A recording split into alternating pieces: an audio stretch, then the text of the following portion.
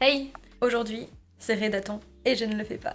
Mais je me suis dit que j'allais quand même vous faire une vidéo, un type vlog, lecture, vraiment très détente, sans prise de tête, pour vous tenir un peu au courant de ce qui se passe un petit peu dans mes lectures, dans ma vie en général, et de parler de sujets et d'autres qui me viendront dans la journée. Il doit être 11 heures à peu près, et j'ai beaucoup de choses à faire aujourd'hui. J'ai décidé notamment de me remettre à fond sur Too Faced Lizzy en 2020. Alors je dis pas que je vais être hyper régulière et tout, ça va être un peu le bordel comme en ce moment je pense, mais je vais en faire un maximum, c'est-à-dire que je vais reprendre des vidéos un peu plus variées que les bouquins. Je vais reprendre les streams de temps en temps, donc si vous me suivez pas encore sur Twitch, il faut me suivre, si vous le désirez, bien sûr. C'est le même pseudo partout de toute façon. Je dois reprendre mon compte Instagram, enfin bref, j'ai envie de reprendre tout ça et de bosser là-dessus parce que je me suis laissé aller complètement ces 2 dernières années et que j'ai besoin d'un coup de pied au cul. Clairement. Quand je rentre chez moi le soir, j'ai la flemme de tout et je ne fais que jouer aux jeux vidéo. Bref, aujourd'hui j'ai une to-do list, j'ai un poil de ménage à faire parce que j'ai fait le ménage il y a pas longtemps. Du coup, faut juste que je range un peu tout ce qui dépasse. Je dois continuer le montage de ma vidéo parce que j'ai fait une vidéo sur mes tatouages et elle a l'air extrêmement longue. J'en suis au 2e tatouage sur 8 et elle fait déjà 8 minutes, je crois. C'est beaucoup. Il va falloir que je coupe tout ça, il y a trop d'anecdotes, trop de détails. Je dois vous faire ce vlog pour vous parler de toutes mes lectures et rattraper un peu tout le temps que je perds, à ne pas poster de book haul, à ne pas poster d'update lecture parce que vous ne savez pas ce que je lis, ces petites merveilles que je lis. Ah oui, du coup, pour Too Faced Lizzy, là, je vous disais, je parle de moi à la 3e personne, c'est génial. Je dois faire un genre de pas strat, mais genre mood board et tout parce que j'ai une nouvelle identité graphique que m'a faite ma copine Candice et que je dois utiliser et je dois me faire du coup un peu tout... Enfin, je dois réfléchir à tout ça quoi. J'ai envie de vous parler de mes lectures parce que c'est ma passion, c'est ma vie. Je ne passe pas 5 minutes sans penser à un bouquin, donc je vais commencer par ça. Donc, vous comprenez bien que ça va être un bordel incroyable cette vidéo. Je suis ravie parce qu'elle est à mon image. Je vais commencer par vous parler de cette BD que j'ai lue avant-hier. Le 25, le 26 Le 26, et qui était vraiment pas mal. Alors c'est Adrasté de Mathieu Bablet. J'ai eu des pins licorne. Ce paquet de chocobons est vide. Le résultat se voit sur ma tête puisque j'ai des boutons un peu partout. Bref, Adrasté. Voyons voir ça d'un peu plus près avec vous. Alors, Mathieu Bablet, je vous en avais parlé parce que c'est lui qui a écrit Shangri-La. Shangri-La, c'était cette merveilleuse BD qui se passe dans l'espace, dans un truc futuriste. Focus, voilà. Qui était absolument magnifique, merveilleuse. Tous ces détails partout. Et du coup, je voulais découvrir ces autres bouquins. J'avais acheté Adrasté à Gibert, je crois. J'adore ces pages-là en pixel art. Il y a une époque où je faisais du pixel art. Je faisais des dolls. En quelque chose comme 2004 ou 2005, si quelqu'un a connu cette époque. Dans cette histoire, on va suivre un roi, qu'on voit là, qui est immortel. Il peut pas mourir. Et il va faire un chemin initiatique jusqu'à l'Olympe, parce qu'il veut rencontrer les dieux et comprendre pourquoi. Regardez-moi comme c'est beau. Voilà. Et tout le long de l'histoire, il marche, il rencontre des gens à l'eau, et il lui arrive des petites aventures. C'est magnifique. J'ai vraiment compris maintenant que Mathieu Bablet avait un style incroyable. Néanmoins, je suis toujours aussi surprise de voir à quel point les gens sont forts pour faire des dessins absolument incroyables. J'imagine pas le temps que ça lui prend à faire chaque case parce qu'il y a des détails absolument partout et je sais que je profite pas assez de la BD pour ça parce que moi je lis les BD très vite et je m'attarde pas sur chaque case pour tout regarder. Donc je pense qu'un jour je la refeuillerai. Je pense qu'un jour je la refeuilletterai pour pouvoir voir tout ce que j'ai raté. C'était vraiment pas mal, j'ai bien aimé l'histoire en général. Je me suis pas ennuyée, mais il y a juste ce petit truc de linéarité que j'apprécie pas trop en général dans les histoires quand il y a quelqu'un qui doit se rendre d'un point A à un point B et tout est droit, il y a juste des petites aventures par-ci par-là, je trouve ça trop convenu et trop facile. Mais c'est vraiment le seul point négatif, au-delà de ça, c'était vraiment une très bonne lecture et enfin, je suis éblouie par ce qu'il fait, donc je vais continuer à lire ses histoires. Celui-ci, je vous en ai déjà parlé, c'est celui qui s'est fait bouffer par le chat de ma pote. J'ai essayé de le reprendre hier, j'ai lu... Attends, il est au début, voilà. J'ai lu ça avant de partir en sieste. Décidément, j'y arrive pas. Je sais pas ce que j'ai contre ce bouquin, mais...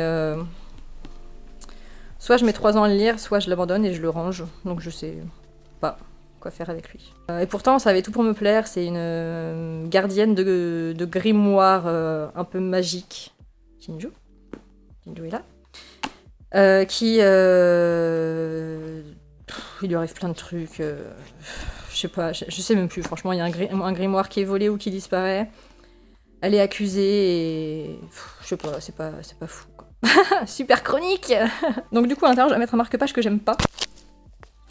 Je vais mettre celui-là. Vous savez pourquoi? Parce qu'il est double face et que moi, quand je mets un marque-page, je mets toujours le côté dessin vers la page que je dois lire. Parce que si je suis comme ça, si j'en suis là, je vais le mettre comme ça. Et lui, je l'aime pas parce qu'il est exactement identique des deux côtés et du coup, il a aucun sens pour moi. J'ai clairement des vraies informations à vous communiquer. Du coup, on en était à lui. Il doit être là, je pense. C'est ça? Ouais, non. Pas avec les trucs... Ah bah si, c'est les trucs en anglais. Mais j'ai encore ça, là. Je vais mettre ça là. Oh, il est grand. Oh, c'est moche. C'est pas grave. Des bouquins qu'on m'a prêtés. Donc eux, je vais pas vous les présenter. Mais il y en a deux qui m'intéressent vraiment. C'est lui. A priori, c'est Michel Pastoureau qui est spécialiste de la couleur dans l'histoire. Regardez, ça tourne. Ah, je peux pas y arriver, c'est pas la bonne main. Hop! Est-ce que je vais y arriver d'un seul doigt? Non! Voilà! C'est rigolo! Donc il y a lui sur la couleur et il y a lui sur le noir. Je pense que ça peut être très intéressant. Ça, c'est mon colis! J'ai donc reçu un colis. C'est un colis que j'attendais depuis une semaine, mais qui a dû être volé. Je les attends depuis si longtemps. Attends, je vais pas réussir à l'ouvrir d'une seule main. On continue donc un petit book haul avec les dernières arrivées. Wild de Cheryl Strayed. Je vous en parle juste après parce que je suis en train de le lire. Et Please Don't Go Before I Get Better de Madison Kuhn. Et ça, c'est des poèmes. Voilà, donc je continue de m'avancer, de découvrir des poètes et poétesses peu connus pour hashtag Instapoète. Mon bouquin. Mais de ça, on va pas en parler maintenant, hein. Mais je continue du coup à chercher de l'inspiration chez d'autres. Voilà. Donc celui-ci est en anglais. Et Wild, du coup, pour être tout à fait honnête avec vous, je savais pas si j'allais aimer, donc je l'ai pris en e-book. Et je me suis dit, je vais lire les premiers, le prologue et le premier chapitre et voir si ça me plaît. Et ça me plaît énormément, donc j'ai acheté le bouquin. Voilà. Je cherchais une édition qui soit pas trop rigide et pas trop mass market paperback, parce que moi j'aime bien les livres qui font comme ça, là. Bah, elle est très bien celle-ci, c'est parfait. Et puis j'aime bien ça, comme ça. J'en ai pas beaucoup des comme ça. C'est que mon deuxième. Ouais, pour le coup, c'est un livre autobiographique. Donc, Cheryl qui est partie faire le PCT, c'est le Pacific. Je sais plus le mot en C. En gros, c'est une randonnée, mais la randonnée qui dure 5 mois. C'est un chemin que tu fais du sud au nord des États-Unis, à une centaine de miles de la côte pacifique des États-Unis. Et elle est partie toute seule, donc c'est en tant que femme avec un sac à dos beaucoup trop lourd pour elle. Et du coup, elle nous en apprend plus sur son passé, son ex, son divorce, pourquoi elle est là, la mort de sa mère qui est morte d'un cancer fulgurant, tout en nous emmenant sur son chemin, etc.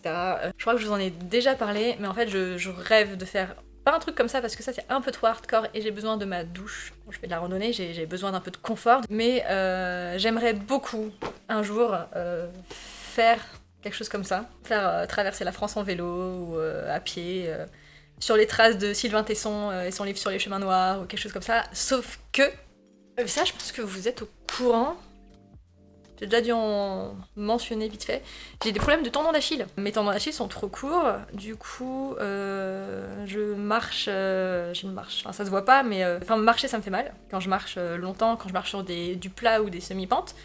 C'est très douloureux pour mes tibias et pour mes mollets. Voilà, les grandes distances c'est pas pour moi, les montagnes c'est pas pour moi, le vélo c'est pas pour moi du tout. Donc en fait c'est un truc que je pourrais probablement pas faire sérieusement, peut-être 3-4 jours, etc. Mais c'est vrai que pour moi marcher c'est très difficile. Et c'est pour ça que quand je pars en vacances dans un pays, je meurs quand je visite la ville à pied, tellement ça me fatigue quoi. En soi, c'est pas très grave, je suis pas la seule dans ce cas, puisque ça me vient de mon père. Ce qui est chiant, c'est que c'est un truc qui aurait pu être réglé quand j'étais gosse, qui n'a pas été fait et que j'ai découvert vraiment il y a 2-3 ans. Ça fait que 2-3 ans du coup que j'étire mes tendons. Voilà. Donc Wild, ça me fait rêver. En tout cas, j'adore partir avec elle et c'est peut-être pas une personne que j'aurais appréciée si je l'avais rencontrée comme ça, mais lire son histoire, c'est vraiment passionnant. J'aime beaucoup la façon dont elle passe d'un sujet à un autre et les histoires qu'elle nous raconte. On continue. Ah oui, ça vient de là. J'ai lu ça. Ça, il faut vraiment que j'en parle avec vous. J'ai donc lu De pierre et d'os de Bérengère Cornu. C'était du coup le prix Fnac du roman, donc il y a genre 400 lecteurs qui ont voté pour ce roman pour qu'il gagne, donc c'est vraiment un prix sympa. Couverture est magnifique, c'est aux éditions des Tripodes. Du Tripode, c'est pas au pluriel. On suit une jeune femme inuite qui sort de son abri, dans lequel il y a encore sa famille, et qui est séparée de sa famille par une crevasse qui se forme entre elle et sa famille en fait. Et du coup, elle va marcher, rencontrer d'autres gens, marcher encore et faire sa vie en fait. On va la suivre sur une longue période de temps, au moins 15 ans. C'est un roman très bien écrit et très beau. Il y a un seul truc que j'aimerais mentionner, et je sais que ça va pas plaire à tout le monde. Je me suis un peu renseignée sur l'autrice.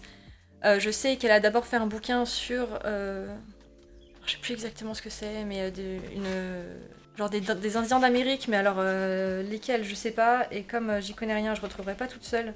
Mais en gros, c'est une autrice qui se renseigne énormément du coup sur les personnes qu'elle décrit. Néanmoins, c'est le seul truc qui m'a gênée, c'est que tout le long du roman, je me suis dit, mais ce bouquin, qui parle d'une femme inuite, ça a été écrit par une Française. On a beau dire que faire des recherches, etc., c'est bien, je crois qu'elle est partie au Groenland plusieurs mois pour savoir comment ça se passait, etc. Néanmoins, j'ai trop peur de prononcer ces mots parce que je sais pas comment ça va être réceptionné. Je pense que ce bouquin, le fait qu'il gagne un prix, en plus, et qu'il soit visible, ça empêche une personne inuite de raconter sa propre histoire. Ou d'être traduit un jour en France si y a un auteur ou une autrice inuite qui a du succès ailleurs et qui cherche à faire traduire son bouquin. Ça m'a très perturbé le fait que j'ai un gigot de genou. Voilà, c'est le seul truc que j'ai à dire sur ce bouquin, sinon j'ai vraiment passé un bon moment et c'était une belle histoire, très bien écrite.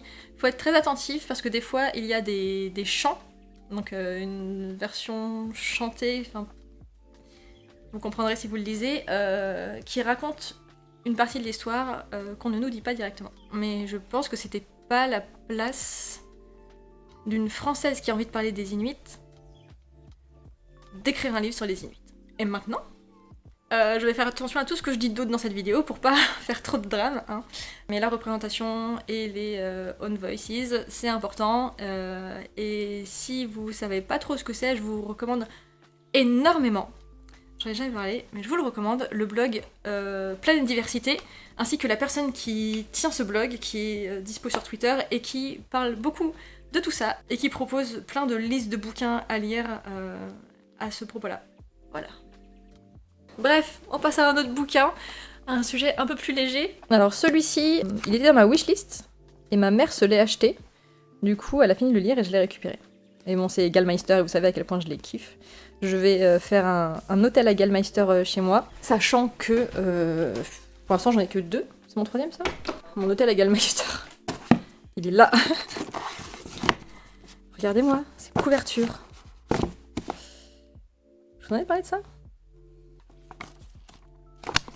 Je sais plus si je vous en ai parlé. Je sais même plus. Je suis toute perdue. Je vous ai pas dit aussi, je crois.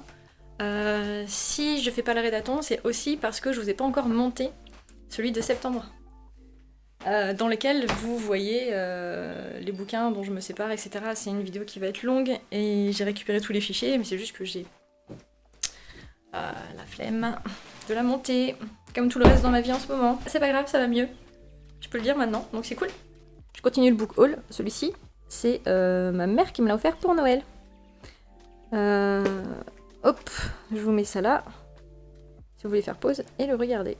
Je suis en train de mettre des livres partout dans mon appart, c'est trop bien. Alors celui-ci, c'est un comics que je vous ai présenté en book haul dans mon dernier book haul, que je trouve très beau.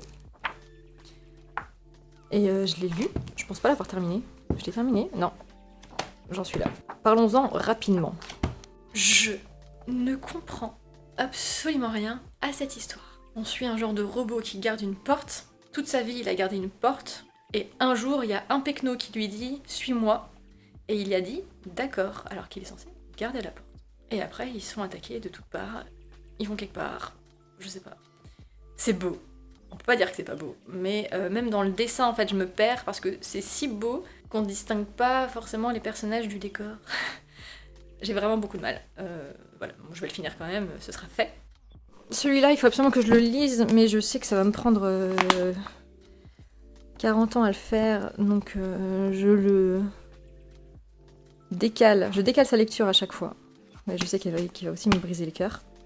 Et je me suis acheté Akira tome 4, il y a pas très longtemps, pendant mes cadeaux de Noël. J'ai acheté des BD, donc j'en ai profité pour prendre le 4. Voilà, donc ça avance, il y en a plus que 2 derrière, et je l'ai pas encore lu non plus. C'est de mieux en mieux. Je trouvais le 1 très misogyne, assez désagréable à lire, et c'est de mieux en mieux. Là, vraiment, on est dans l'histoire à fond, quoi. Ça explose partout, il y a des combats, tout le monde se bat pour Akira, et c'est trop cool. Je suis contente d'avoir les éditions collector. Enfin, collector. Je vais pas tout détailler, là. Ça, c'est Panini qui me les a envoyés. Je suis super contente. Le problème, c'est qu'il m'avait pas envoyé le 2. J'avais beaucoup aimé le 1, donc je vais me l'acheter en fait, tout simplement, parce que j'ai la chance qu'on m'en envoie, mais j'ai aussi le droit d'acheter des bouquins de temps en temps. Vous devez le voir, mais j'en accepte vraiment pas beaucoup dernièrement, parce que déjà j'ai pas le temps de les lire et je mets 3 mois à les chroniquer, donc en fait tout ça c'est des trucs que j'achète ou qu'on me donne. Ça c'est un don. C'est Floriane Soulasse qui se débarrassait de ses bouquins. Il y avait un carton chez elle. Pile au bon moment quand j'étais chez elle, et du coup bah, je me suis servie. Lui je l'ai juste pris parce que c'est Babel, et vous connaissez mon amour pour Babel. Leur marge et leur police d'écriture.